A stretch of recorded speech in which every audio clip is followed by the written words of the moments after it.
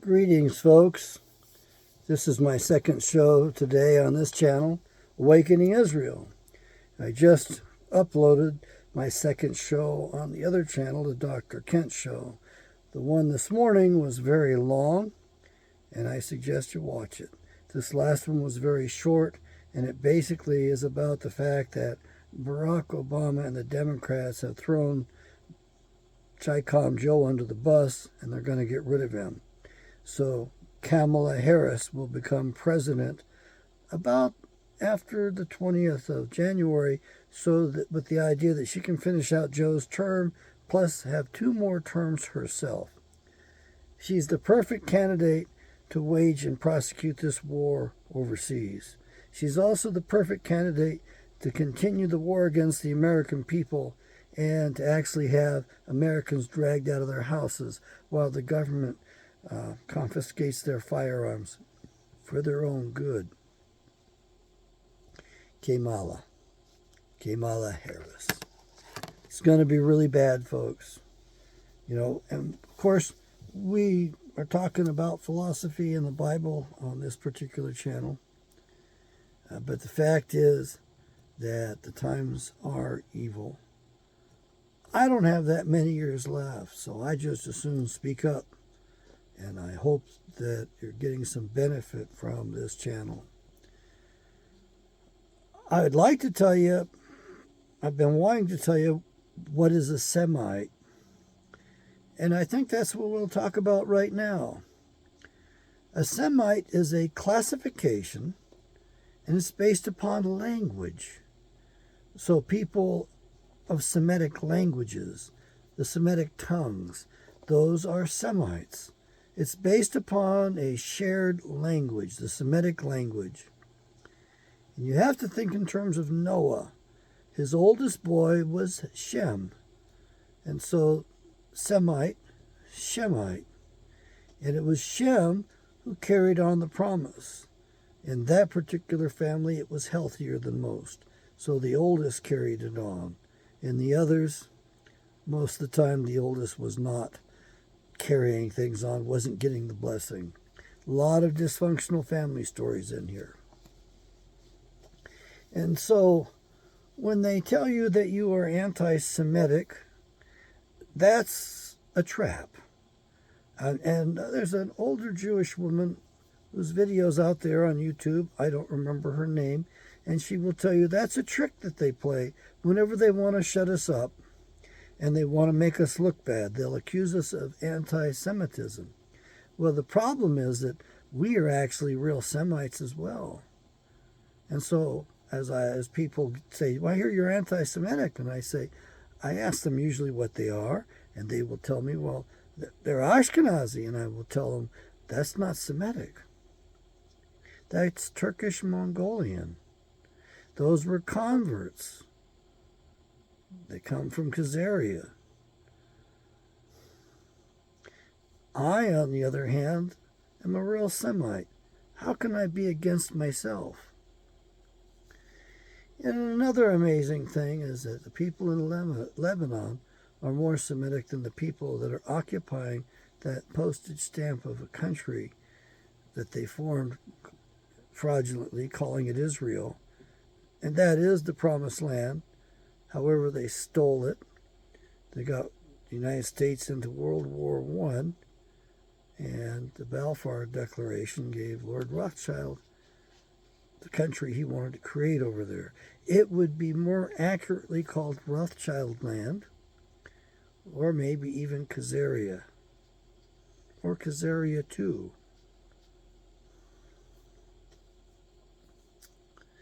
And so they pulled off the biggest identity theft in history. And if you think about it, what did Satan want to do? He wanted to ascend on high and be God, take God's place. So he did that. How did he do that? Real sneaky way. One of his fallen angels decided he was going to marry into the family, and then it'd have to be accepted. And so that's how we got into this problem we have today. So Semitic is a classification based upon language. So you can't apply that to race. You can't apply that to religion. It's language and language only. Has no bearing on anything, to be honest with you. It's just a false charge to take advantage of other folks. It's not a fair charge. And so most of us run around the world not realizing we're descendants of the real Semitic peoples. We're descendants of Israel, the man. And that's very important because the promises were made to the children of Israel, the man, not to the inhabitants of a certain small country with borders. Thought I was going to go into a bunch of really amazing things about that. But what is a Semite? A Semite is just a way to screw the rest of us and lambaste us. And the people will tell you about white supremacy, yet they hold themselves out as the chosen ones, as the chosen people, when in fact, if you read the Bible carefully, they are not the chosen people. Now, people are mixed up today, and so some of them are actually Israelites. You have to be open-minded to it. It only makes sense that some of them are going to be Israelites that come out of that mass of the Ashkenazi. But there won't be many. It won't even be a remnant. It might be a residue. The same with what's left in Israel today, in Jerusalem and all that. The people that are there, Israelis, but some of those might actually be Israelites as well. Their families may be never left. They've been there all this time. Again, it will not be a remnant. It will be a mere residue. And you have to be open to the fact that other Caucasians, other white people, belong to other civilizations and not necessarily descendants of Israel the man. Maybe not even descendants of Adam. And I know that the churches will teach, that all men came from Adam. Not true at all. There are several words for Adam in the Bible. Well, several words for man, I should say. There's 2 forms for the word Adam, which means the noble man, the refined man. And there are 2 words for the earthly man that was here first for a long time. There's 2 words for that. And you have people around the planet who have mixed at this point and created their own stable phenotypes, which they like, and they don't want to change it. The Japanese are easy to identify because they were descended from Japheth and the Oriental Mongols.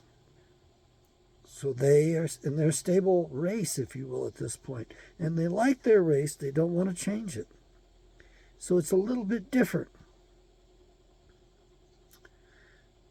And they like the way they are. Okay. You have other people in the Pacific areas, all the way around that rim. And for the most part, those are Enosh or Enoshwi, meaning the earthy man, the less refined man, that were here first before Adam was placed upon the earth.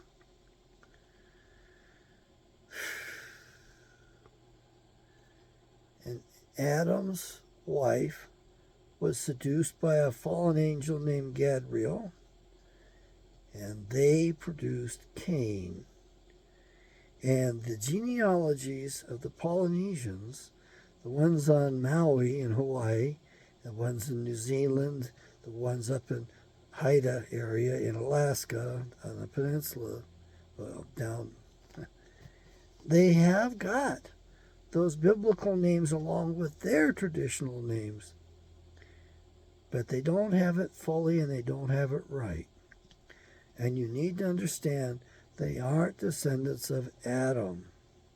They're not descendants of Cain necessarily either. You have to think of it this way. There's one family fighting upon the face of the earth. And that schism occurred when their mother was seduced by probably what she thought was Yahweh, and it turned out to be a fallen angel. and gave birth to a half-breed, half satanic, fallen angelic DNA, and half Adamic DNA, which is what Eve got from Adam. With that in mind, you need to remember there were 200 fallen angels according to some of the extra biblical stories in particular. And some of the artwork, there were 60 fallen angels. So there's a lot more to be tracked down and a lot more to be understood. But the main thing is that the devil and his children are throwing the rest of the earth's populations at us. That is what is meant by the flood, that the dragon spewed out the flood against the woman. And it is a red flood, meaning from Edom. Edom means red. This also corresponds with George Washington's visions, his dreams, in which red clouds would rise up above every continent of the earth and drift all over North America and descend upon North America. And George Washington said that would be our second civil war, from which we would come out according to his vision. However, according to the vision of the seer in South Africa, who actually had a far better prophecy rate than George Washington did, we don't make it through this thing. While we're fighting among ourselves, we are attacked from outside, and we are destroyed within 24 hours, never to be a superpower again. Of course, who has weakened us, and who has prepared it so that the outsiders can attack us? Barack Hussein Obama. He changed the nuclear strategies. The response is, we will take the hit first before we retaliate.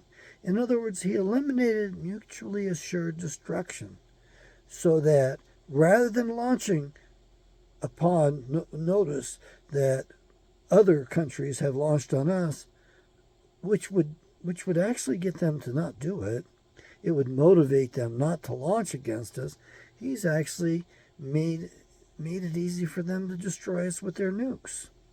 That is still the policy today. The man and his wife, the man that he married, the man and his husband, I guess, who pretends to be a wife, they hate America. They hate this nation. They want to see it destroyed. There's even a problem with their racism, and there's a big chance that he actually had something to do with the death of his own grandmother so that she would not expose him to the public for what he is and what he's about. He might be Adolf Hitler's grandson, for all I know. He might be the twice-born spawn of Satan, as a friend of mine said to me one time. And the grounds for that would be that he is from two different sets of what we would call fallen angelic DNA, one through Ishmael and the other one through Esau. So in that sense, he could be the twice-born spawn of Satan. But I think that since Theresa May and Angela Merkel and that other woman, I think that's still in power over there, the three granddaughters of Adolf Hitler hugged him and kissed him and greeted him like the long-lost brother he was to them. I think that explains a lot. You need to understand something.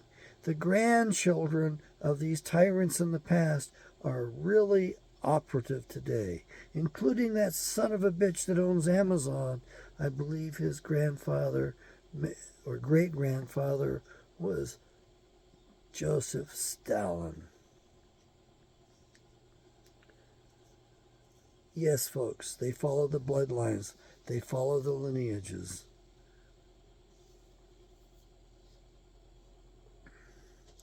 I'm going to close on this. I want to get some sleep tonight. May Yahweh bless you. I didn't even open this Bible up and read from it today. We've covered modern history and politics because you can't get away from them. You know, it's all one and the same story, the fight between good and evil. You have the bigger picture. You, compared to the average American, understand much more than what's going on. And you understand more, probably, you understand the Bible better than the average pastor across this nation. Do me a favor, get your name on that waiting list for the Apocrypha. I want to get that project going. And if you've got some money in your pocket and you don't know what to do with it, how about you turn to us and partner with us and invest it so we can get the Apocryphal book going and pay you more, return you your investment plus a profit on top of that. I don't have the authority to negotiate it. I haven't even passed the idea before the publisher.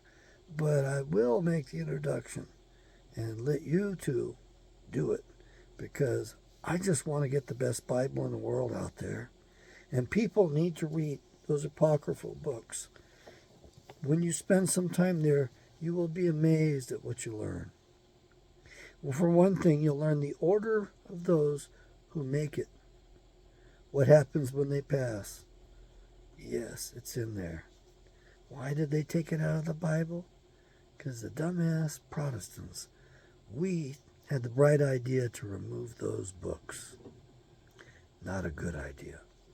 May Yahweh bless.